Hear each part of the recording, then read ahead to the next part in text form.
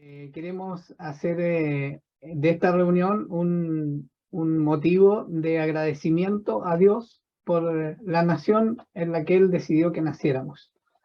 Y la vida, bueno, en la alabanza, primero le damos gloria a Dios, ¿no? Damos gloria a quien es el creador, el sustentador de todo, a quien le ha dado origen y le da sentido a toda la existencia. Y cantábamos también que no solo que Él gobierna y es rey, sino que también Él lo ordena todo. Y la vida está hecha de decisiones. Dios nos ha dado libertad, Él pone delante de nosotros caminos, nos dice dos caminos, el de bendición, el de maldición, uno que lleva vida, otro que lleva muerte, pero nosotros decidimos. Y podemos decidir hoy fijarnos en lo malo de nuestra nación, fijarnos en las cosas que antes no ocurrían y que ahora ocurren, que no son buenas, pero también podemos decidirnos y hoy estamos por la decisión de ver lo bueno. No todo, las cosas no son blanco-negro y las comparaciones se dice que no son muy buenas, pero a veces son necesarias. Y si comparamos la situación social de nuestro país, hay motivos para dar gracias si comparamos con cómo están otros países.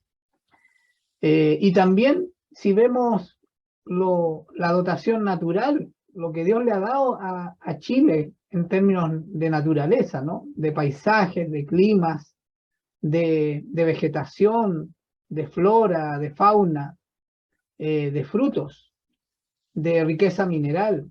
También hay muchas razones para ser bendecidos, para ser agradecidos.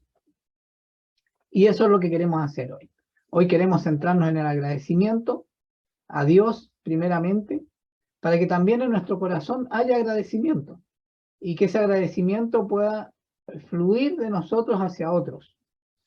En un tiempo en el cual muchos no tienen ningún motivo en su corazón y en su mente para dar gracias, para estar esperanzados, para tener ánimo.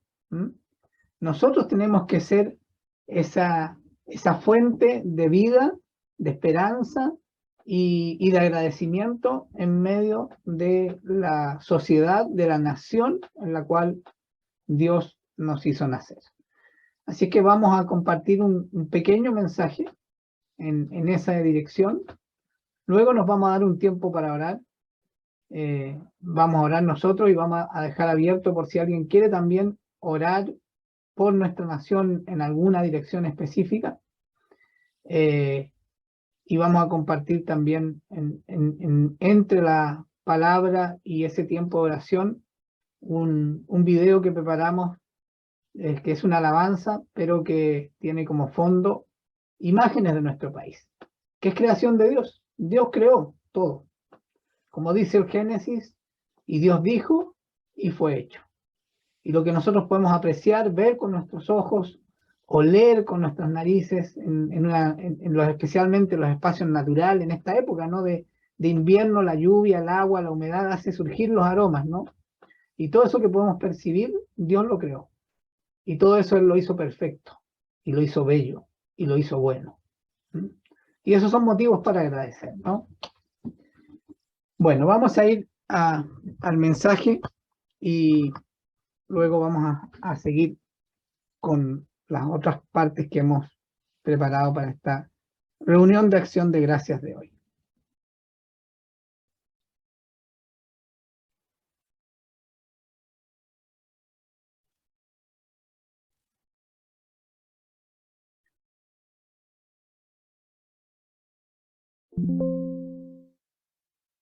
En Mateo, en el Evangelio de Mateo, capítulo 20, versículos 25 al 28, aparece este relato, ¿no? Hemos estado hablando también de la importancia de poder contextualizar, después pueden poner en contexto estos versículos específicos que vamos a leer hoy, pero nos vamos a centrar en lo que dicen los versículos 25 al 28. Entonces Jesús, llamándolos, dijo: ¿sabéis que los gobernantes de las naciones se enseñorean de ellas, y los que son grandes ejercen sobre ellas potestad? Si conectamos este primer versículo con una historia del Antiguo Testamento, la historia del pueblo de Israel, pidiendo a Dios, a través del profeta Samuel, que les nombre un rey, podemos recordar también lo que Dios le envía a decir a la nación de Israel respecto a su petición. Ellos no tenían reyes, ellos tenían sumos sacerdotes o tenían jueces. Quien gobernaba Israel era Dios, y lo hacía a través de estos hombres que él había establecido o para hacer el culto, los sacerdotes, para transmitir su voluntad, también los profetas, y para poner orden en las disputas humanas, los jueces. Pero Israel ve que necesita gobernantes como las otras naciones que tenían reyes. Y entonces le pide a Dios nombrar un rey. Y Dios le dice lo que van a hacer los reyes. Se lo describe con mucha precisión. No lo voy a describir ahora, pero ustedes pueden buscarlo y encontrar entonces allí en el libro de Samuel este relato en el cual Dios le explica a la nación de Israel lo que van a hacer esos reyes que ellos están pidiendo. Y no eran buenas cosas, ¿no? Describe muy bien la conducta humana cuando se tiene poder. Aquí en Mateo, Cristo le dice a los discípulos especialmente y algunos dentro de los 12 y algunos otros que están allí, que los gobernantes de las naciones, los gobernantes humanos, se enseñorean de estas naciones y los que son grandes ejercen ese poder, y no siempre de la mejor forma. Pero agrega esto, pero entre vosotros no será así, sino que el que quiera hacerse grande entre vosotros será vuestro servidor, y el que quiera ser el primero entre vosotros será vuestro siervo, como el Hijo del Hombre, que no vino a ser servido, sino para servir y para dar su vida en rescate de todos. Comenzamos con este versículo para que entendamos que el orden humano no tiene relación con el orden de Dios. El orden humano que requiere entregar poder a alguien para tomar decisiones tiende a corromperse y tiende a hacer lo injusto más que lo justo. Salvo que ese poder esté sujeto a quien tiene que estar sujeto, que es Dios.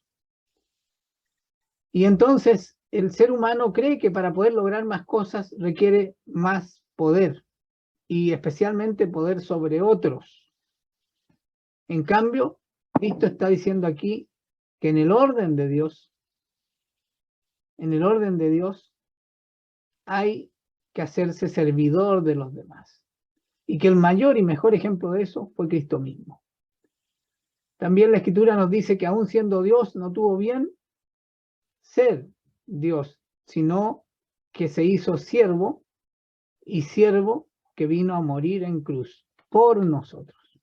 Entonces, con estos versículos nos damos cuenta que el orden de Dios es muy distinto al orden humano. Y la forma de generar justicia que tiene Dios es muy distinta al ser humano. Es una justicia de misericordia, pero de orden, que perdona y ama profundamente, a pesar incluso de la infidelidad nuestra para con Él, pero que tiene como meta erradicar esa desobediencia y erradicar el pecado, porque no es bueno para el ser humano. Es un orden que el ser humano no va a poder construir, por eso tiene que volver por segunda vez, para terminar en la noción histórica humana, terminar con esta fase de aprendizaje y que entremos definitivamente al orden perfecto y eterno de Dios. Estamos en un tránsito entonces, y este tránsito, por una parte es para aprender, pero por otra también tenemos la oportunidad de mostrar a otros esa verdad que vamos conociendo. En Jeremías, capítulo 29, versículo 7, Dios dice a través de Jeremías esto a la nación de Israel: y procurad la paz en la ciudad a la cual os hice transportar, y rogad por ella a Jehová, porque en su paz tendréis vosotros paz. Y siempre me ha llamado la atención este versículo, que lo vamos a entender mucho mejor si lo ponemos en contexto, ¿no? Pero antes de ponerlo en contexto, ¿qué nos está diciendo Dios aquí?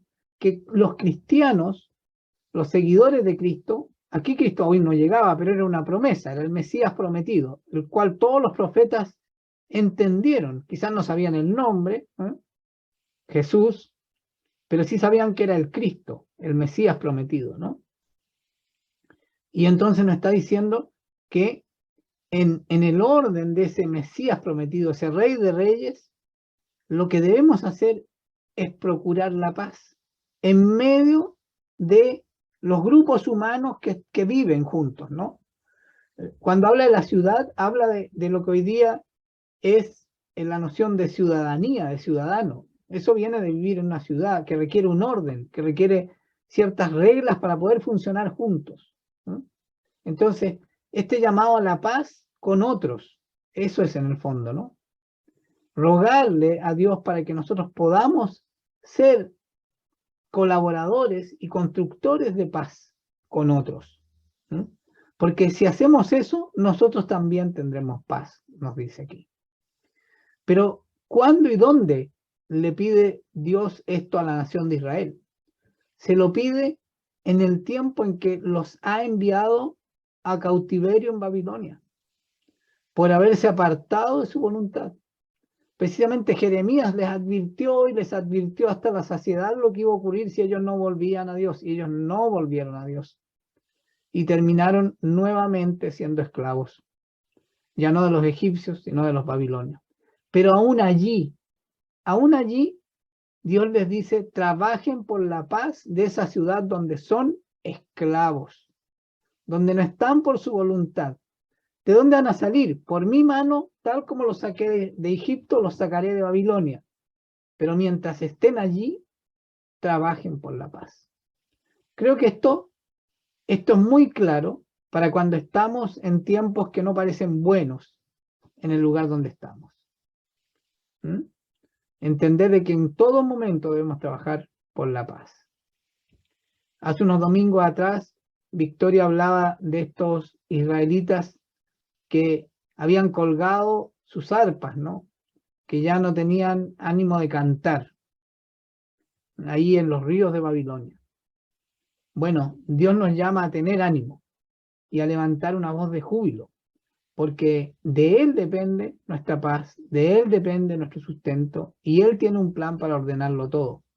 No van a ser los hombres los que lo van a ordenar todo, pero nosotros en el intertanto podemos hacer mucho, y Él espera que lo hagamos.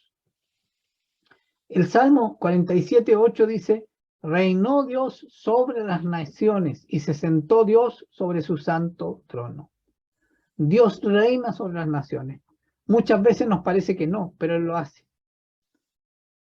Hemos estado desde marzo hablando y orando por nuestros hermanos allá en Ucrania, haciendo la obra de Dios en medio de un país devastado. Y entonces ahí nos damos cuenta que Dios reina sobre las naciones independiente del estado en que estén, independiente de la condición. Pero para hacerlo, Él determinó que en este tiempo en el que Cristo ya no está en el mundo y que aún no vuelve, quienes muestren eso a los demás, seamos nosotros los miembros de su iglesia, la familia de Dios. Seamos los que mostremos al mundo que Dios gobierna y que aún en medio de las peores calamidades podemos mostrar amor, podemos mostrar justicia, podemos mostrar preocupación, cuidado por los demás. En los salmos hay muchas menciones a ello. El Salmo 22:28 vuelve a decirnos, porque de Jehová es el reino, y Él regirá las naciones. Él hoy gobierna las naciones en el corazón de aquellos quienes lo reconocemos como Señor. Y a través de nosotros puede mostrar un mejor gobierno de la vida, aún en medio de regímenes o de naciones injustas o viviendo injusticia. Dios puede gobernar y Él quiere gobernar en los corazones.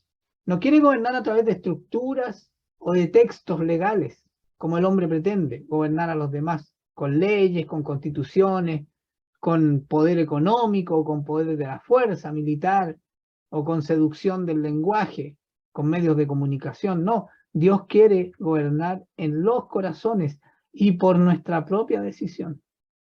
Ese es el modelo de Dios. Y es el mejor modelo.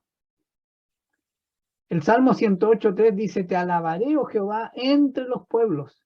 A ti cantaré salmos entre las naciones. La Escritura dice que cuando la palabra de Dios sea conocida en todas las naciones, y esto tiene mucho que ver no solo con predicar, sino que también con traducir la palabra de Dios a las lenguas de las etnias. Muchas veces la palabra exacta en la Biblia no es nación, sino que es etnia, porque una etnia tiene una lengua que le da una identidad propia. Y esa lengua es la que le da un rasgo en común a quienes son parte de esa nación o etnia. Y entonces por eso es importante la traducción de la palabra de Dios a las distintas lenguas. Pero es Dios quien gobierna las naciones, no los hombres. En el libro de Hechos, capítulo 13, versículo 47, dice: porque así nos ha mandado el Señor, diciendo: te he puesto para luz de los gentiles, a fin de que seas para salvación hasta lo último de la tierra. Y este es el apóstol Pablo, aquel que en su corazón persiguió la blasfemia del cristianismo porque hablaba de un hombre, un carpintero, una persona común y corriente a sus ojos, que se presentaba como el Hijo de Dios. Y para él eso era blasfemia. Y los persiguió hasta que Dios tocó su vida, lo cegó. Esto también me impacta esta imagen, porque Dios cegó a Pablo, pero él ya estaba cegado. En realidad la ceguera que Dios le mandó le permitió ver, porque al no ver con su propia visión el mundo y entenderlo con sus propios ojos, se vio obligado a oír. Y él envió a alguien que le hablara. Y esa persona le habló la verdad.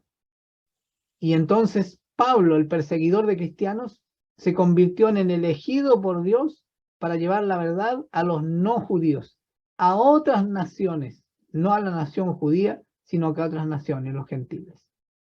¿Para qué? Para que sean salvos. Él es el primero en empezar a cumplir la gran comisión, ir y hacer discípulos en todas las naciones. Eso es lo que Dios espera de nosotros. Y seremos de bendición para nuestra propia nación, que es donde Él nos puso, cuando hablemos más de la verdad y la bondad de Dios que de las mentiras y la maldad del hombre, que es real y está allí presente. Pero ¿qué es más importante? ¿De qué Dios quiere que hablemos? ¿Qué Dios quiere que mostremos? Para que cunda eso, abunde, crezca y llene los corazones y las mentes de las personas de los lugares donde vivimos, donde nos movemos. Él espera eso de nosotros y nos invita a hacerlo. En el libro de Colosenses, capítulo 1, versículos 24 al 27, nuevamente el apóstol Pablo nos comparte esto. Ahora me alegro de lo que sufro por ustedes, porque de esta manera voy completando en mi propio cuerpo lo que falta de los sufrimientos de Cristo por la iglesia, que es su cuerpo. Dios ha hecho de mí un servidor de la iglesia, por el encargo que Él me dio para bien de ustedes.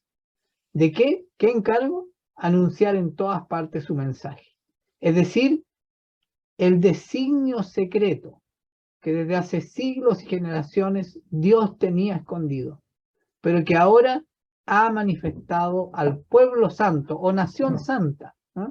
Tú que te conectaste hoy a este culto de acción de gracias por nuestra nación, tú eres nación santa, real sacerdocio, pueblo escogido por Dios. A ellos Dios les quiso dar a conocer la gloriosa riqueza que ese designio encierra para todas las naciones. Y ese designio secreto es Cristo, que está entre ustedes y que es la esperanza de la gloria que han de ver. ¿Cómo van a ver esa gloria a los demás si no hay quien les hablare?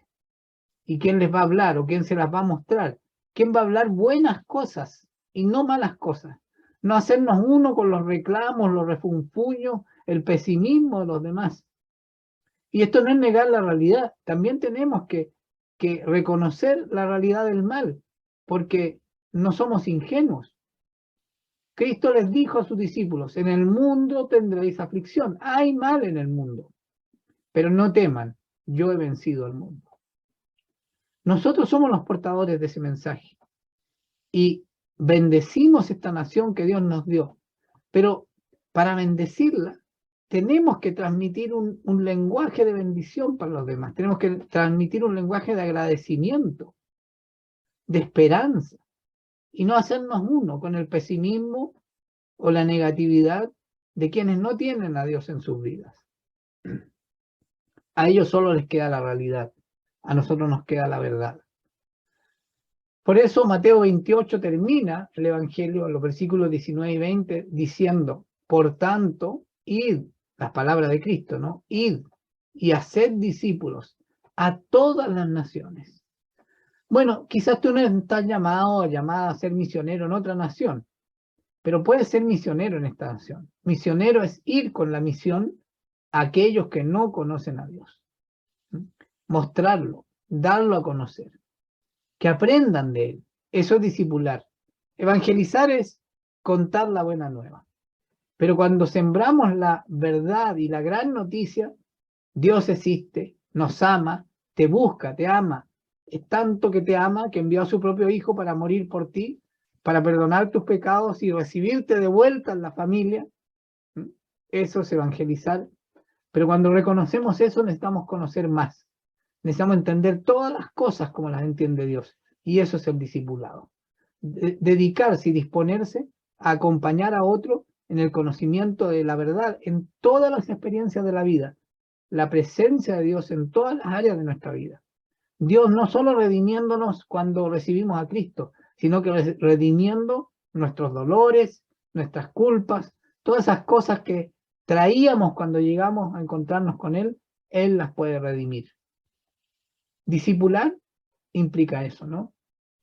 Enseñándoles que guarden todas las cosas que nos ha mandado y bautizándolos en el nombre del Padre, del Hijo y del Espíritu Santo. Y nos promete además que Él estará con nosotros todos los días hasta el fin del mundo. Por eso es que no tenemos motivos para hacernos uno con el pesimismo o con la negatividad, aunque haya razones para ello, porque también hay razones para no ser pesimista y tener esperanza, tener fe y tener confianza, porque hay razones para saber que hay un propósito más importante que los propósitos a los cuales nos llaman las personas que no tienen a Dios en sus vidas, que pueden parecer justos y buenos, pero que no son suficientemente justos ni buenos porque no está Dios en ellos. Solo los propósitos en los que está Dios son eternamente justos y eternamente buenos. Y por lo tanto, lo que hagamos respecto a esos propósitos va a durar, porque como dice la palabra de Dios, todo pasará. El cielo y la tierra pasarán, y todas las cosas que hay en ellos, mas la palabra de Dios no pasará. Si la palabra de Dios habita en ti, y la palabra también es un verbo que se hizo carne, el Hijo de Dios, Cristo. Si Cristo habita en ti, todo lo que proviene de Él no pasará. ¿No es una estupenda noticia, digna de dar gracias, que a ti se te ha encomendado transmitir esa buena noticia y hacerla crecer en otros? ¿No será un gran motivo de esperanza y un llamado a la justicia y al bien que se hace realidad en la vida concreta de las personas? ¿Y tú puedes ser parte de eso? Bueno, si crees esto, ese es un muy buen motivo para darle gracias a Dios. Y hoy le damos gracias porque a pesar de que hay cosas malas que antes no ocurrían en nuestra nación y ahora están ocurriendo, todavía hay muchas cosas buenas que siguen estando aquí y que provienen de Dios, que provienen de Él. Vamos a ver una alabanza que tiene como fondo imágenes de nuestro país y de ahí nos vamos a dar un tiempo para orar.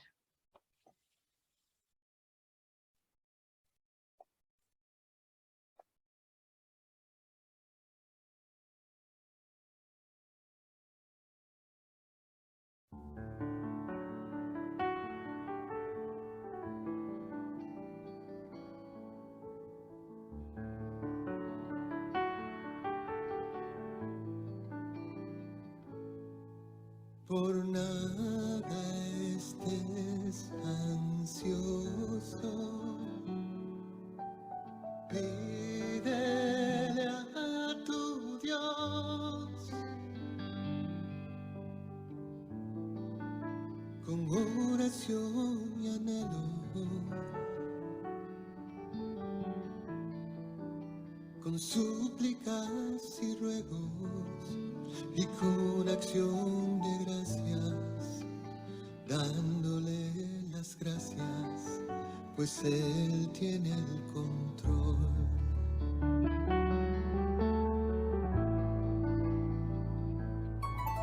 Por nada estés ansioso, pídele a tu Dios con oración y anhelo, con súplicas y ruegos y con acción de gracias, dándole las gracias, pues Él tiene el control y Él guardará tu corazón y tus pensamientos en Cristo Jesús. Él guardará tu corazón y tus pensamientos en Cristo Jesús.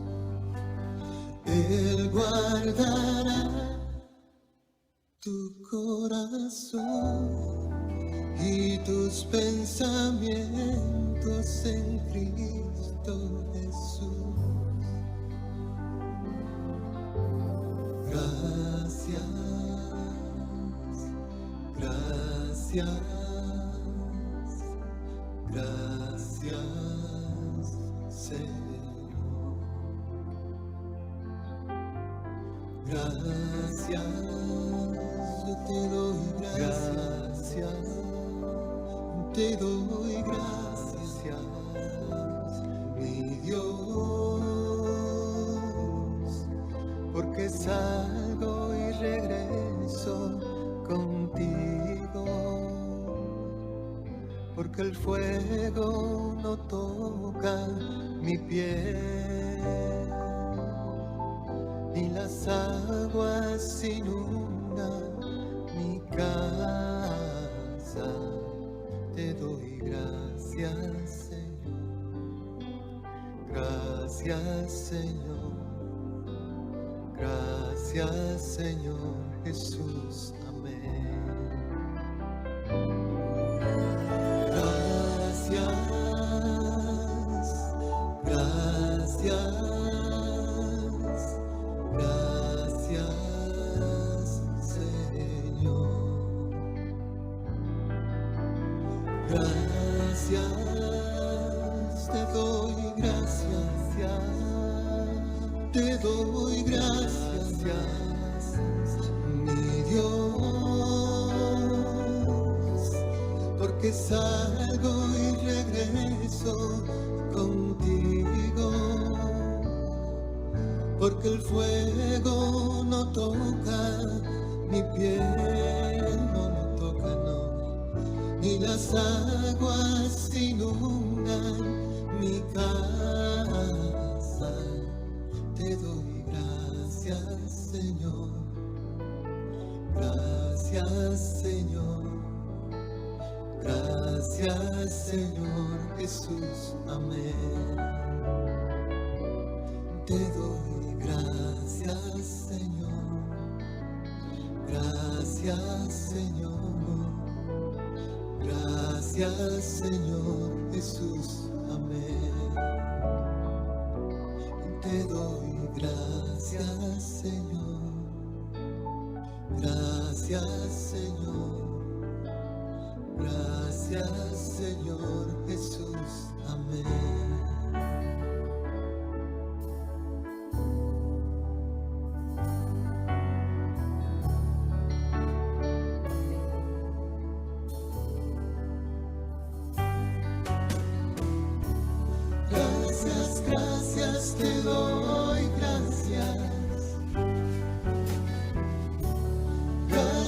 gracias te doy, gracias.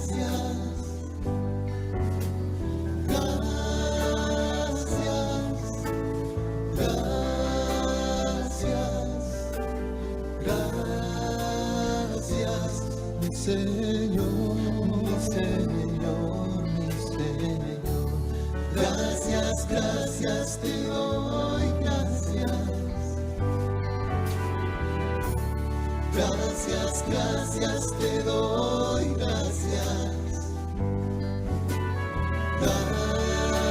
Gracias, gracias, gracias. Mi Señor, mi Señor, mi Señor.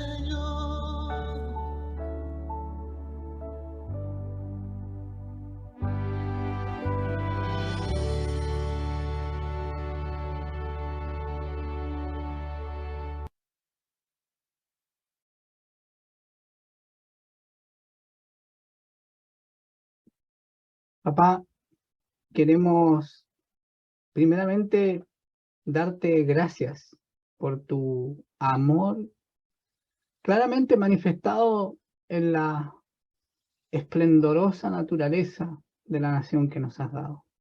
Cada vez que nos apartamos del bullicio y de este orden desordenado que nos hemos dado en el mundo urbano, en el mundo de los hombres, podemos tener paz y gozo que provienen de ti de manera intacta, aún en muchos, muchos amplios territorios de nuestra nación.